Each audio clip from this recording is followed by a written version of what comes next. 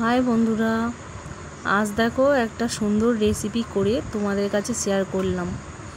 তোমরা বাড়িতে যে কোনো তরকারি করে যেমন খুশিভাবে তরকারি করলে, যে কোনো তরকারি করে এরকমভাবে রুটি বা পরোটা লেচি কেটে রুটির মতো করে বা পরোটার মতো করে গোল গোল করে এরকম রোলের আকারে করে মাঝখান থেকে দু অর্ধেক করে এভাবে দুধার মুড়ে দিলে, তারপরে আটা বা ময়দা সবার ঘরেই থাকে, একটু চালের গুঁড়ি, একটু সামান্য নুন দিয়ে ভালো করে জল দিয়ে গুলে অন্য বাটিতে রাখলে, তারপরে দেখো এভাবে একটা একটা করে যে লেচিগুলো কেটে রোলের মতো করেছি দু অর্ধেক করে, সেটাকে তেলের মধ্যে দিয়ে, তোমাদের কাছে যদি সর্ষের তেল বা রিফাইন তেল যে কোনো তেলেতে তোমরা ভাজতে পারো, আমি সর্ষের তেল দিয়ে করেছি।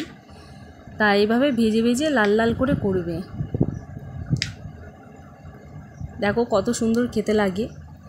আর সব বাচ্চারা, এখনকার বাচ্চারা সব রুটি বা পরোটা খেতে তারা চায় না, তোমরা এরকম করেও দিতে পারো।